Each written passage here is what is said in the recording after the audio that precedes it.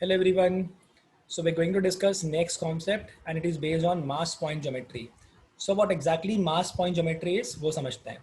बच्चों इसका derivation concept physics के कॉन्सेप्ट्स के थ्रू आता है which is known as centre of mass and torque वगैरह का कॉन्सेप्ट लगता है.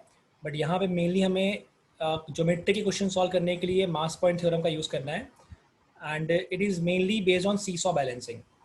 So what exactly seesaw is कि एक झूला होता है जिसमें एक प्लैंक दिया हुआ है, फट्टा दिया हुआ है, जहाँ पे एक आपने पाइवॉट पे टिकाया हुआ है उसको, राइट.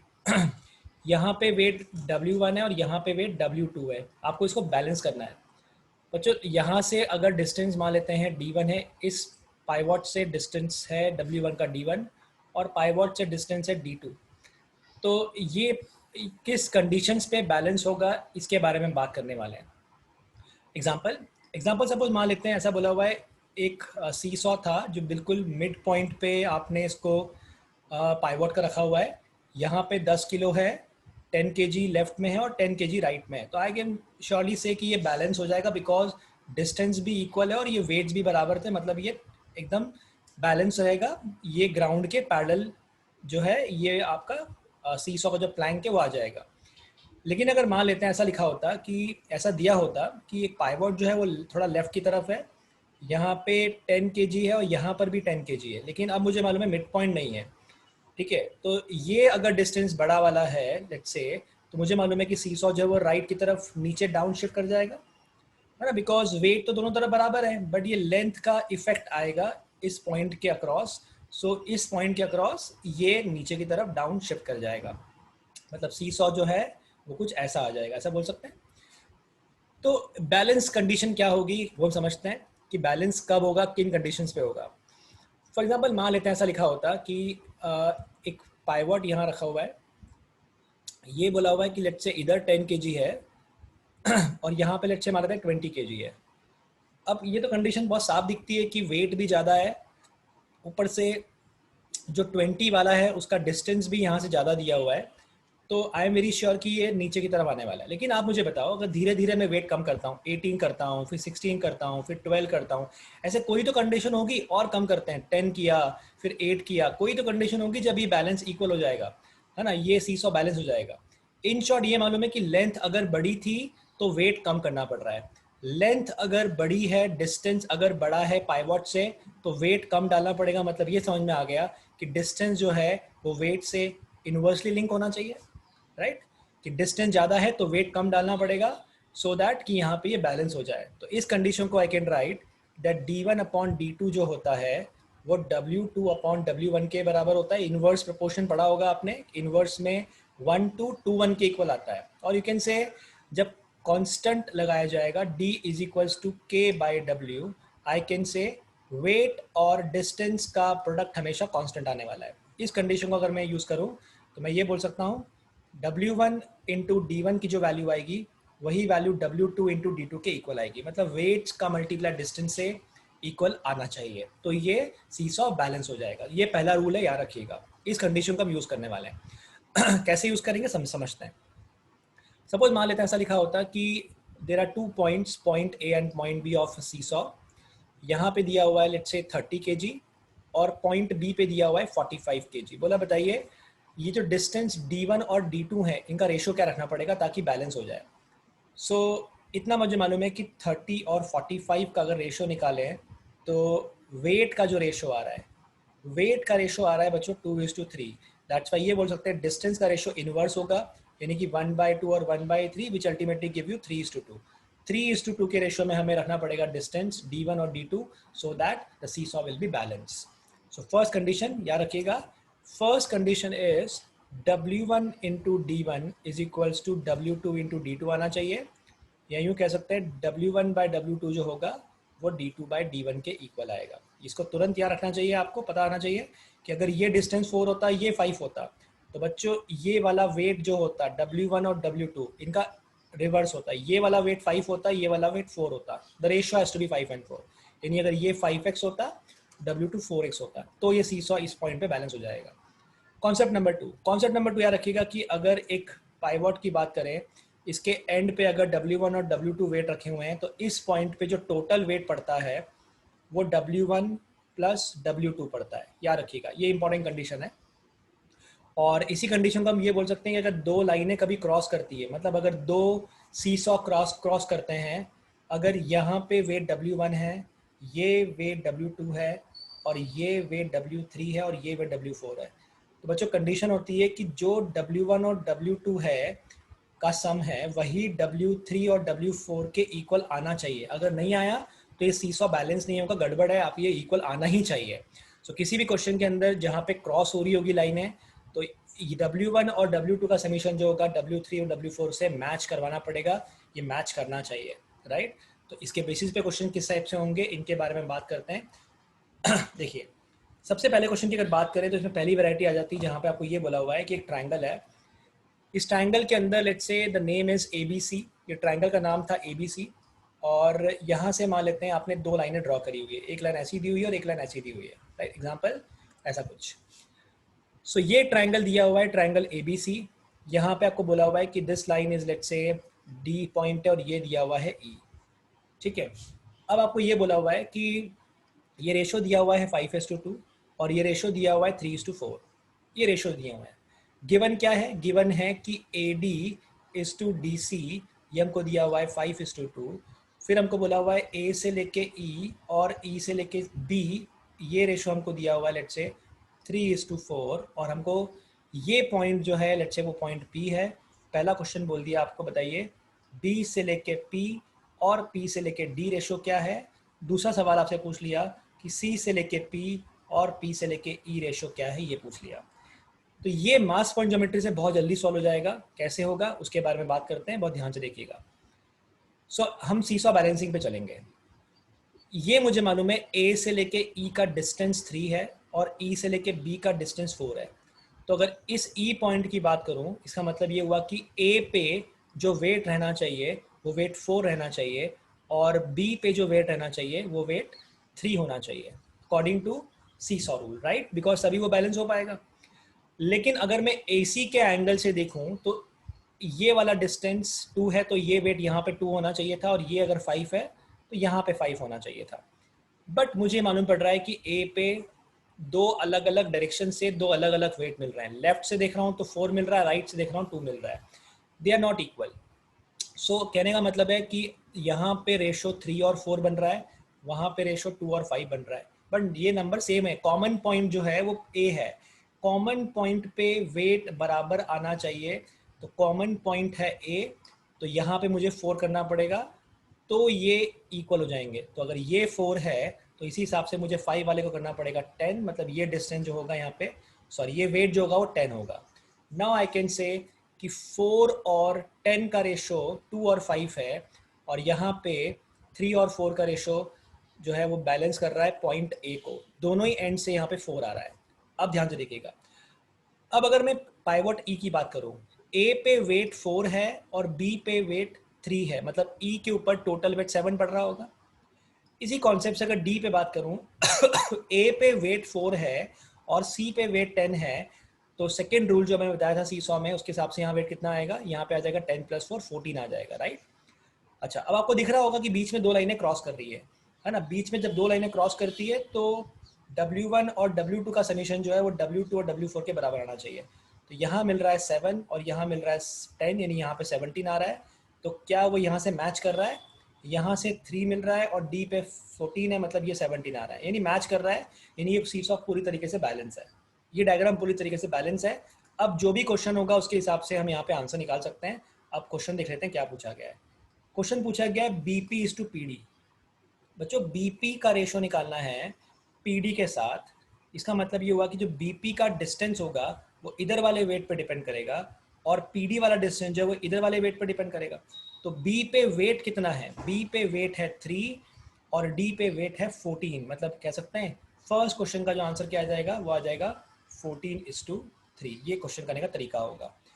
फिर अगर बात करें CP:PE, अब CP की अगर बात करें इस सीसॉ की, ई से लेके सी जो लाइन बनी हुई है आपकी, इस सीसॉ की अगर बात करें हम यहाँ पे, ठीक है, तो यहाँ पे जस्ट अ मिनट, ये वाला पार्ट, ये वाला जो पार्ट है आपका, इस पार्ट को अगर हम ध्यान से देखें तो यहाँ पे हम ये बोल सकते हैं कि इंटरचेंज करना पड़ेगा, है ना। वेट्स अगर आपको ऑलरेडी पता है, if you know the weights, यहाँ पे वेट 10 है तो ये वैल्यू 10 हो जाएगी, और यहाँ पे वेट 7 है तो ये आ जाएगा 7। तो रेशो कितना हो जाएगा, सी से लेके पी आपका 7 बन जाएगा, और पी से लेके कितना बन जाएगा 10। तो आंसर कितना आ जाएगा, दिस रेशो इज एक्चुअली 7:10। ये डिस्टेंस हमने इंटरचेंज कर दी है वेट्स के साथ, राइट, जो कंडीशन हमने पढ़ी थी। तो इस तरीके से क्वेश्चन सॉल्व होगा by using mass point geometry, ठीक है। Alright, so let's have one more example. Suppose मान लेते हैं ये आपको दिया हुआ है ट्राइंगल ABC। एक और एग्जांपल देख लेते हैं अपन। ABC दिया हुआ है, this point is D, this point is E and this point is let's से P। अब बच्चों इस बार हमको दिया हुआ है this ratio is let's say we have 5 and 3 and this ratio is given to us as 1 and 5, ऐसा कुछ दिया हुआ है, ठीक है। बोला बताइए, हालांकि उल्टा दिख रहा है पर ठीक है, हम ये एज्यूम कर लेते हैं ये ठीक है। रैंडम मैंने कोई नंबर लिए। अब मुझे सेम कंडीशन पूछिए, मुझे बोला बताइए B से लेके P और P से लेके D का रेशियो क्या होगा। एक ही क्वेश्चन ढूंढ लेते हैं यहाँ पे। तो कैसे करेंगे, सेम कंडीशन बैलेंस करना स्टार्ट करते हैं। तो अब तुरंत मिलना चाहिए आपको, बहुत ज़्यादा टाइम लगना नहीं चाहिए। ये वाला वेट यहाँ आ जाएगा 5 और यहाँ आ जाएगा 3, राइट। और ये वाला वेट यहाँ आ जाएगा 5 और ये वाला वेट यहाँ आ जाएगा 1। Now the common point is A, पर A पे आपको वेट अलग अलग मिल रहे हैं, that's why we have to make it same. हमें सेम करना पड़ेगा। तो सेम करने के लिए हम क्या करेंगे, एलसीएम निकालेंगे। तो 3 और 5 का एलसीएम कितना होता है, 3 और 5 का एलसीएम हो गया 15। सो बच्चों यहाँ पे 5 और 1 जो था इसको 15 बनाना है, और यहाँ पे 3 और 5 था इसे 15 बनाना है। 15 बनाने के लिए 5 का मल्टीप्लाई किया तो ये हो गया 25 एंड 15, मतलब ये B पे वेट 25 होगा और A पे वेट 15 होगा। यहाँ पे वेट 5 और 1 होना चाहिए, तो यहाँ पे 15 किया मतलब ट्रिपल किया, तो यहाँ पे कितना हो जाएगा 3। These are the actual weights. तो देखो रेशियो 5 और 1 का मेंटेन भी है, और यहाँ पे 15 दोनों जो हैं ये सेम भी हो गया, राइट। जो पॉइंट दिया हुआ है A, यहाँ पे 15 कॉमन भी हो गया, ठीक है। अच्छा, अब इस कंडीशन को देखो कि E पे कितना वेट पड़ेगा। 25 पड़ रहा है B पे और A पे 15 है, मतलब E पे आ जाएगा 40, ठीक है। देन A पे अगर 15 है और C पे अगर 3 है तो D पे आ जाएगा वेट 18, राइट। अब ये जो इंटरसेक्शन हो रहा है, जो लाइनें क्रॉस कर रही है, यहाँ पे वेट सेम आना चाहिए। तो B पे कितना वेट है बच्चों, 25। 25 प्लस 18 कितना होता है 43। तो ये वेट 43 आ रहा है। क्या वो E और C से भी आ रहा है, E पे वेट 40 है और C पे वेट 3 है, यहाँ पे 43 आ रहा है। यस, दैट्स वाई ये क्रॉसिंग पे जो वेट होना चाहिए, मतलब W1 और W2 का समीशन W3 और W4 के बराबर आना चाहिए, वो यहाँ पे मैच भी करता है। अब जो भी क्वेश्चन पूछा होगा ये हम आराम से सॉल्व कर सकते हैं। बी हमें पूछा गया था, बताइए BP इज टू PD क्या होगा। सो BP मतलब ये वाला पार्ट और PD मतलब ये वाला पार्ट। सो BP का जो लेंथ होगा वो D के वेट पे डिपेंड करेगा, और PD वाला जो लेंथ होगा वो B के वेट पे डिपेंड करेगा। B पे टोटल वेट 40 पड़ा हुआ है और D पे टोटल वेट 18 पड़ा हुआ है। सो आंसर कितना आ जाएगा, आंसर आ जाएगा 18:40 विच गिव यू 9:20। सो हमारे रिक्वायर्ड क्वेश्चन का आंसर क्या होगा, 9:20, राइट। तो ये क्वेश्चन होंगे यहाँ पे जहाँ पे आपको लेंथ का रेशो पूछा होता है, ठीक है। अब आते हैं नेक्स्ट पार्ट पे। Next part is based on area.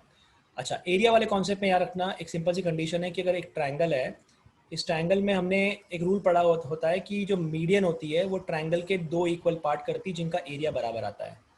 इनका एरिया बराबर आता है बिकॉज अगर BD और CD इक्वल हैं तो इनका एरिया बराबर क्यों आता है, क्योंकि इनकी जो एल्टीट्यूड है वो इनकी कॉमन है। ये आपकी एल्टीट्यूड है लेट्स से AH। तो अगर ट्रायंगल ABD की बात करोगे, so area of triangle ABD, sorry, area of triangle ABD और ट्रायंगल का एरिया निकालोगे ADC, वो कैसे निकालेंगे, 1/2 BD into AH, because AH is the altitude. ADC का निकालेंगे 1/2 DC into AH। Now when you calculate the ratio, जब ratio निकालते हो आप तो 1/2 कैंसिल हो गया, AH कट हो गया, मतलब ये जो दो ट्राइंगल का एरिया होगा वो BD और DC पे डिपेंड करेगा, राइट। तो BD और DC के रेशो पे ही एरिया आ जाएगा। इसी कॉन्सेप्ट को हम यूज करेंगे फर्दर। तो मीडियन में तो ये इक्वल होता है, दैट्स वाई एरिया भी इक्वल होता है। तो इन केस अगर ट्राइंगल दिया होता जिसमें ऐसा बोला होता ये रेशो 1 और 3 का है, तो आई एम वेरी श्योर इनका एरिया भी क्या होगा, 1:3 के रेशो में होगा। अब मास पॉइंट ज्योमेट्री का एप्लीकेशन ऐसे क्वेश्चंस पे कैसे करेंगे वो समझ लेते हैं। देखिए, मान लेते हैं ट्रायंगल दिया हुआ है, ट्रायंगल A B सी। यहाँ पे एक लाइन ड्रॉ करी है बी डी और ये दिया हुआ है ई और ये पॉइंट है पी। आपको कुछ एरियाज दिए हुए हैं, ऐसा बोला हुआ है area of triangle, let's say पहले तो बोला हुआ है बी पी सी, ये एरिया दिया हुआ है लेट्स से आपको 10। फिर बोला है एक कंडीशन और दी हुई है area of triangle let's say E P B, ये आपको दिया हुआ है मान लेते हैं 5। और फिर दिया हुआ है area of triangle C P D, ये बच्चा आपको दिया हुआ है 8। ठीक है, these are the areas given to you, ये इनके एरियाज हैं। बोला बताइए क्वाड्रिलेटरल जो है ए डी पी ई, इसका एरिया क्या आने वाला है, ये आपको एरिया पूछा हुआ है। अभी एरिया कैसे निकालेंगे, बहुत ध्यान से देखिए, by using mass point geometry. Mass point geometry का यूज करेंगे अपन और ये एरिया फाइंड करेंगे। राइट, कैसे, ध्यान से देखिए। देखिए सबसे पहले मुझे इतना बताइए कि अगर हम एक बात करें, अगर एक ट्राइंगल देखें, let me highlight the triangle first of all. देखिए ये जो ट्राइंगल दिख रहा है आपको ये वाला, इस ट्राइंगल के अंदर अगर देखें ध्यान से, तो ये जो एरिया बन रहे हैं अंदर जो दो छोटे ट्राइंगल के, इनका रेशो क्या है 10 और 8। मतलब ये बोल सकते हैं अगर ये एरिया आपका 10 है, जस्ट अ मिनट, ये एरिया आपका 10 है और ये एरिया अगर आपका 8 है, तो ये जो लेंथ आपको मिलेगी ये वाली लेंथ, इसका रेशो भी 10 और 8 का होगा, मतलब 5 एंड 4 का होगा। सो आई कैन से इनका रेशो भी 5 एंड 4 हो गया लेंथ का। बीपी ये मालूम पड़ गया कि बी से लेके पी और पी से लेके डी, ये रेशो भी क्या आ गया 5:4। राइट, फिर अगर बात करें लेट से मान लेते हैं किसी और ट्राइंगल की, और ट्राइंगल ये वाला लेते हैं, इस तरफ से ये ट्राइंगल लेते हैं। ठीक है, इस ट्राइंगल के अंदर देखा जाए तो दो ट्राइंगल दिख रहे हैं,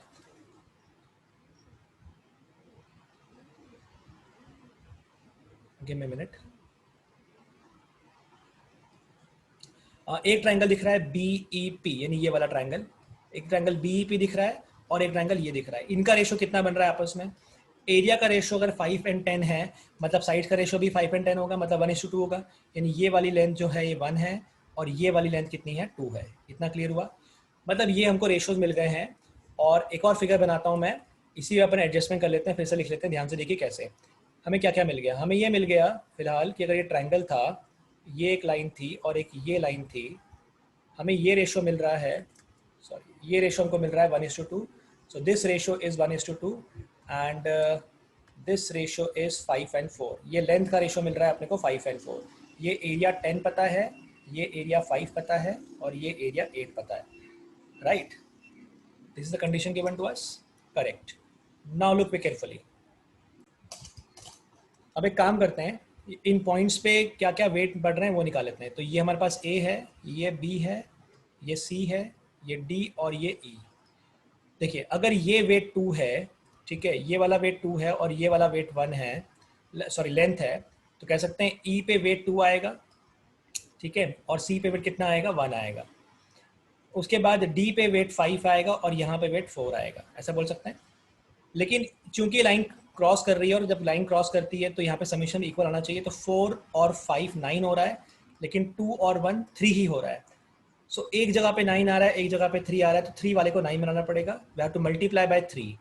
मल्टीप्लाई बाय 3 किया तो बच्चों ये 6 हो गया और ये मल्टीप्लाई बाय 3 किया तो 3 हो गया। अब इस पॉइंट पे आप चाहो तो देखो यहाँ पे 6 है, यहाँ पे 3 है, ये आपका 4 है और ये आपका 5 है, यहाँ पे समीशन दोनों एंड से 9 बन रहा है।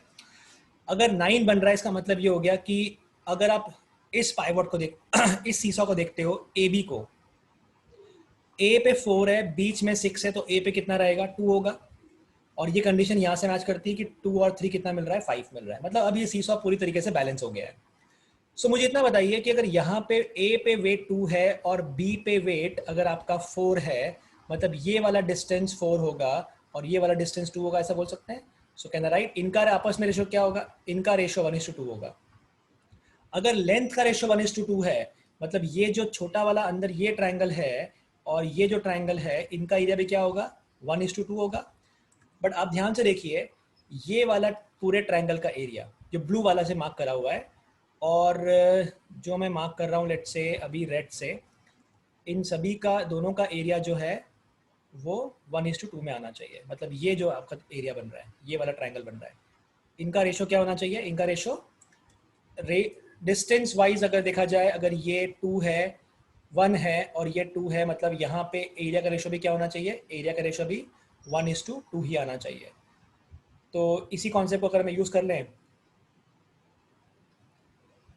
तो हमें ये मालूम पड़ रहा है कि 5 + 10 यानी 15, ये एरिया अगर 15 है तो पूरा एरिया ये वाला कितना आएगा, 30 आएगा, जिसमें से ये ट्रायंगल का एरिया जो है वो 8 है, तो ये कितना बचेगा बच्चों, 22। तो ये जो सवाल पूछा गया था कि एरिया ऑफ क्वाड्रिलेटरल एडीपी कितना आएगा, तो आंसर क्या आ जाएगा, 22 स्क्वायर यूनिट्स। तो ये मास पॉइंट ज्योमेट्री का एप्लीकेशन है। सीसॉ ट्रायंगल पूरा अगर बैलेंस हो गया तो बैलेंस करने के बाद you can straight away count the area, count the ratio, जो भी पूछा जाए इस टाइप से निकाल सकते हैं। Right, thank you.